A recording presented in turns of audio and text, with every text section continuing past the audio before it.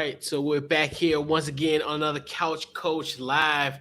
We're previewing tonight the Jacksonville Jaguars. And of course, I had to bring in my guy Thad, Duval representing the building. What's going on, Thad? What's good, Coach? It's been a minute since I've been on, but time to ramp it up. It's football season, ready to talk about the Jaguars, who hopefully will improve this year. Yes, indeed. I think Jacksonville is going to definitely take leaps and bounds compared to tumultuous 2021 season. I think that we documented and being on the Emergency podcast when Urban was let go. So yeah, a lot has changed, and so definitely going to be a very interesting year for this Jacksonville Jaguar team. So a lot of things happen. I think you guys set the tone when it comes to paying wide receivers this year with the Christian Kirk signing and other things that have gone on. So your thoughts on the offseason, and then also what was, in your opinion, your team's biggest acquisition? The offseason, in recent years we missed on a lot of free agents, but this year I was satisfied with what we did. I feel like we had to do something. Our team we had one of the worst rosters in the league with a lot of people that didn't have a lot of experience and a lot of holes in a bunch of places. Like when people ask what we need with the number one pick, okay, Trayvon Walker was cool, but we needed a lot of stuff. But I like what we did besides overpaying Christian Kirk. Like I like the signing. I like him, what he could potentially be in our offense, but paying $20 million for him, he set the bar to get all those other guys paid. They got paid after. But we got a linebacker from the Falcons that was one of the leading tacklers in the league. We signed Evan Ingram, who is very inconsistent, but when he's on, he could be, a nice target. And the tight end is the quarterback's best friend, so I know him and Trevor Lawrence will have, great rapport. We signed Darius Williams, an underrated signing. He's from Jacksonville, played for the Rams. He's going to be our slot corner, who's very good in the slot. Like in LA, he had a decent year, I think, in 2020, but last year he didn't have the best year because he was playing outside, and that's not his true position. So having him in the slot with Tyson Campbell and Shaq Griffin, I think he's gonna, show up a lot. And our last acquisition, and the biggest one, is, in my opinion, is the guy we took from you, Brandon Sheriff. I know you guys couldn't come to agreement with him, but offensive line, protecting the quarterback is one of the most important things, as we saw in the Super Bowl in the last drive. So signing Sheriff, a Pro Bowl guy, All-Pro guy. He's going to be the anchor for our offensive line because Brandon Linder, our longtime center, he retired. So, having him at the guard position is going to help out and just help protect our investment in Trevor Lawrence. So I think by far he's our biggest acquisition. And we signed him early, so we gave him a bag, which I'm not mad about. Yeah. Brandon Sheriff, like you said, it's going to be definitely key, especially for a guy like a Trevor Lawrence who needs that. He needs that help. He'll definitely bowl very well. He could definitely be that glue guy that you guys need in Jacksonville as far as from a leadership standpoint, especially on the offensive side. So the biggest storyline heading into the season for the Jacksonville Jaguars, what you got? It's not really my biggest storyline, but I know everybody's going to, ask it, and they're going to be worried about it. When are we going to get the Trevor Lawrence that, he was compared to, the Andrew Lucks, the Peyton Mannings, the John Elway coming in, one of the, top 5 prospects they've seen, stuff like that. First off, his rookie season, we all know, the people that really watch and pay attention to football, everything around him was bad. The head coach, just the coaching staff wasn't the best. It was rough from day one. And as a rookie, you need a solid foundation. It helps to walk into a solid foundation. So, are we going to see the Trevor Lawrence that everybody's been looking for the past, this past year, but they've been talking about since he was a junior or senior in high school. We can't wait till this guy is draft eligible because we're going to take him. So when are we going to see that guy? I know it doesn't, it happens slowly. If we're going to compare him to Peyton led the league in picks. I think he threw like 26 or 28 as a rookie. So Trevor Lawrence led the league in picks. Had some flashes, especially in the last game, but had some low moments as well. But, with the quarterback-friendly head coach coming in, I think that would do wonders for him. Yeah, and like you said, that's year 2 is like you said, and like you said, bringing in Doug, I think that's definitely going to help them. You look at the development of you guys like Carson Wentz, also guys, even like a Nick Foles, as far as especially in that. Yeah. So like you said, it's he has a, like you said, now he has a fighting chance. So yep. So Thad, we talked about, you talked about earlier as far as getting a new weapon. We talked about, Christian Kirk, all the guys, Brandon Sheriff. Just your thoughts and your overall outlook on this offense. I'm excited to see it. We got a lot. We lost DJ Chark, who was a speedy guy, but we got some speed on offense. We didn't have Travis Etienne the entire year last year, so him coming back is going to be great for the offense. Christian Kirk is fast guy, and Evan Ingram ran 4.4, if I'm not mistaken, as a tight end. So we got some speed out there. Marvin Jones coming back, Chenault, we have options. Last year we were rolling out there once DJ Chark got hurt with Marvin Jones, Chenault, Agnew, and pretty much Laquan Treadwell was our best receiver, and he bounced around the league for the past 4 or 5 years. So it was rough. He played well for us, which resulted in him coming back on a nice little deal. But I'm excited to see our offense. James Robinson won't be back till probably November, I'd say. He tore his Achilles late in the season. So, explosion for a running back is key. So I don't know how long it's going to take for him to get back to his full self. But I'm ready to see that 1-2 punch. Our offensive line is a little better. We signed Cam Robinson, finally stopped playing with the franchise tag because he got better every single year, so that's key, even though he's not the best left tackle, right tackle, but he improved every single year. But I'm excited, man. We have a coach that has pedigree. He's been there before. He's called a lot of big plays in the biggest game of the year. Put up 40 against Bill Belichick. He knows what he's doing, and Carson Wentz's 2017 season was really good, but this might have been one of the best quarterbacks he's had to coach. So I know he's excited to do, pull all his bag of tricks, and I'm just excited to see what we have going. This is one of the first year I feel like we have good stability. He's gonna be our guy. We're not gonna jump to fire him if we don't win immediately. I think he has the keys, and I'm excited to see how he takes his offense under his wing. Even though I don't know, I think he said he's calling plays, but you know how that goes. The head coach tries to run everything. You can't try to run everything. So I'm excited though, ready to see what we have in store. Yep. So let's talk about the other side of the ball, Thad. So your thoughts and outlooks on this defense. Last year was just rough watching. Sometimes we get pressure on the quarterback that make a perfect throw because somebody got beat in coverage. Sometimes, the quarterback's sitting back there. We have everything locked up, but nobody gets pressure, so they, complete a long pass in 30 and 18. It's a lot of holes on this defense.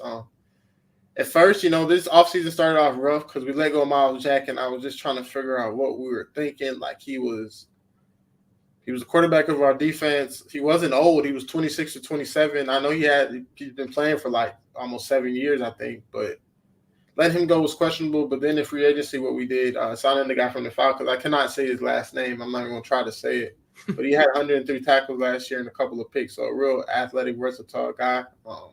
Devin Lloyd, one of my favorite signings. Not favorite signings, but a favorite draft pick. We moved up. We were aggressive to get a guy that was a top 15 pick that had some medical, so he dropped to the late first round.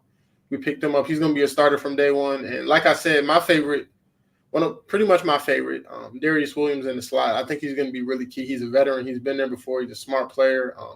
Tyson Campbell had a rough start to the rookie year, but he got better every single week. So I'm excited to see what he does. And Shaquille Griffin, we paid him a lot of money. So, and lastly, Trevor Walker, obviously the first overall pick. Him and Josh Allen on both sides it's gonna be a problem. I think if we can use him, he didn't have that much production with the Georgia defense. Not a lot of sacks, what everybody wants to see, but the upside and the potential is there. And then the D-line coach we added, I heard, is one of the best. So I'm excited. Andre Cisco, too, a guy that wasn't playing, he was a healthy scratch a couple of times. And I guess after him and Urban Meyer butted heads, so once he got fired, he started getting more opportunities. In the last 5 to 6 games, he looked like the player I thought he could be coming out of Syracuse to led the NCAA in picks. So excited to see our defense fly around. I don't know what to expect yet because it's a lot of new faces. A lot of guys that haven't played together that much besides the secondary pretty much. So, I don't know. We're going to see week 1. Hopefully we can get Carson to throw us a couple picks. I don't know. He's probably I'm cheering for him. I want him to shake back, but hopefully he can have a rough start to his career in Washington. Or not, DC. Yeah, man. The exorcism starts week 1 for Carson Wentz. Obviously, that week 18 defeat that you guys had on him, and pretty much the reason why he's in Washington, I think he's going to I forgot about that. I don't think that's good though. I don't think that's good. I feel like it's gonna come out. But I think he needs that because it's a mental thing with him. So he has to get over because he's gonna have a lot of like homecoming kind of games. Obviously, he's got to go to Indianapolis first, and then 2 weeks later he's going to Philly. So he got to get himself his mental ready for those games. So Jacksonville, and then also Doug. Doug knows him very familiar. They have great familiarity with each other. So that's where it's like, yeah, if he, for a game like this in week 1, he got to take care of business. Like, I think I'm not gonna say that. I'm not gonna say I think he will, but I don't know. It's a toss up. We got a few more days to that for that happen, and like what the old folks said, we'll cross that bridge when we get there. So, and I'm always curious, like, the other team that we've previewed thus far, it's 17 game season, 18-week schedule. We got maybe 1, possibly 2, or even 3 games that you got circled on the calendar for your Jags this year.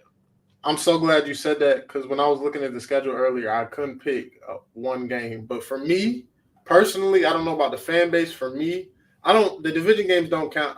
Obviously, I want to win all those, but I'm not circling those, honestly. For the first one is the Cowboys, America's team. I hate their fan base.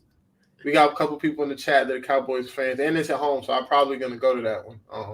It's, America's team. I don't have much more to say about it. We only play the Cowboys once every 4 years, so excited to play them. And then the second one for me, I'm gonna say the Ravens because we never played Lamar, but no, we played them once. But with this new squad, I love to see it with the new Jaguars team, and it's in the later part of the season, so hopefully it's a meaningful game, leading into the playoffs. And then we played the entire AFC West, so it's kind of hard to pick, but I'm going to say I'm looking forward to the Chiefs game. Playing the offense without Tyreek Hill is going to be a little bit better. Mecole Hardman's fast, but he's not Tyreek Hill, and I'm looking forward to seeing how Trevor Lawrence, if he, when you play against those upper tier quarterbacks, sometimes you get in your heart and you just play a little better. You're ready to go. You're motivated to play against the best. So those are 3 games I have, but we have a lot of interesting games, and our schedule, I don't really like it, but it is what it is. Yeah, I know. It's always, I'm always curious, like, we talked about from the other teams where a lot of, rivalry games, obviously divisional games, but like you said, with them, definitely, you look at that schedule, like, yeah, you got some, like you said, Dallas, like how often do you get them in Duval. So, and, it's one of the things where, hey, Only bad part is though, it's going to be 50% Cowboys fans because they travel and our fan base is not the best. But we play the Cowboys, so it'll be a sellout. But Cowboys fans gonna show up. Oh yeah, ain't no tarp this that week. So yeah, and like you said, it's gonna be a bunch of 50% idiot. Let me stop. Professional. Might be a couple fights in the stands with some ignorant fans. Big time. Oh, it's gonna be some fights in there. So yeah, so they'll occupy space. They might even take over the pool potentially. So they might buy it out. Them. Right. But yeah, I always love those those once in 8-year type matchups, especially at home. Like as far as when you have a team, you're like, oh yeah, we ain't played them, and the Patriots, yeah, something like that, yeah, like that. Yep. So yeah, so I got to ask you the $60 million question that I've asked everyone thus far. In 2022. The Jacksonville Jaguars will be. I don't want to be too long, but can I go through it game by game really quick because because I'll change my record prediction like 3 times. I feel like I'm gonna be more confident on air. Okay, week 1, I'm not being biased, but I think that we're gonna pull that one out in the close one. So 1-0. We always beat the Colts at home, so 2-0. Then we're gonna lose 2 in a row. We're at LA Chargers. We're not ready for Herbert just yet, and we go to Philly. That's always a tough one. We're going to go to 3-2. We're going to beat the Texans, and then 3-3 when we play the Colts again in Lucas Oil. Then we're going to go 4-3 when we're going to beat the Giants. I think they have a lot of talent, but Then we're gonna go to 4-4, and then 4-5 because we're gonna lose to the Raiders and Broncos, two AFC West teams back to back, and they all four of them might make the playoffs. So sitting at 4-5, then we're gonna go to 4-6 and 4-7 because we're gonna lose to the Chiefs and the Ravens. 4-7, not looking the best, but improvement as long as we competing in these games. Obviously, I want to win, but I'm gonna be a realistic fan at the end of the day. But we're sitting at 4-7. Then we're gonna beat Detroit to go to 5-7, and then lose to the Titans to go 5-8. We're gonna beat the Cowboys at home 6-8. I think we're gonna show up for that game. I don't know. You just show up for certain teams when you play them, and I hate the Cowboys, so we got to do it. And I'm gonna be honest. The whole year we're playing strong. We're competitive in all the games, so I think we're gonna win our final 3 to end up going 9-8. And we have the Jets, the Texans, and the Titans closing out the season. 9-8 is a crazy prediction. I'm in a more like 7. I think knowing us being the Jaguars, we're probably gonna blow a game or two that we're supposed to win. So we could be anywhere from 7-10 to 9-8. But on air today, I'm gonna say 9-8. But this might change before the end of the season because I'm gonna drop my final standards for each division. But as of now, I got 9-8. But it's not gonna be enough to make the playoffs because the AFC is loaded. Yeah, and that would definitely be a leaps and bound improvement from 2021. So when it's in Kansas City next year, as far as for the NFL draft, we don't want y'all to be number 1 again for the 3rd year in a row. Oh yeah, no, I don't even want that. It could be a stud. Somebody want a quarterback. We could get 3 first-round picks, but it's not worth it. I don't want that. Gosh, this year we did it. Oh my God, the price would be up. Oh my gosh, you talking about this gonna be not talking about NBA, but you might get some Rudy Gobert type of compensation for a price. CJ Stroud, yeah. We could be like Les Snead and them. We don't want them draft picks. Just give us some players. Give us an all pro that you don't want to pay or something like that. Right, that you want to get rid of. You know how especially if a team rebuild and they got a prove it guy, and it's like. He's already approved. I don't want to go through a rebuild. Yeah, send him our way. Yep. So the Jacksonville Jaguars at a healthy 9-8 would be over 500. According to our guy Thad. Definitely, once again, appreciate you, Thad, for coming on. Social media, upcoming projects, what you got going on? You can follow me and Jelani's podcast at What the Game Means to Me on Twitter, Facebook, and Instagram. We're about to ramp up the content. I'll be dropping my top 10, one tomorrow, and the rest following in the next couple of weeks for each position group. And we're going to have a couple player interviews before they head into camp for the college season. So just looking forward to the content coming out. This is my favorite time of year. Get to talk a little smack with Coach and Cruz in a couple of weeks, and Mo and Kenneth. So just looking forward to football season in general. I'm ready for everything to ramp up. Yes, indeed, and we'll have you on our other podcast. Commanders in the chat. First week of September, second week of September.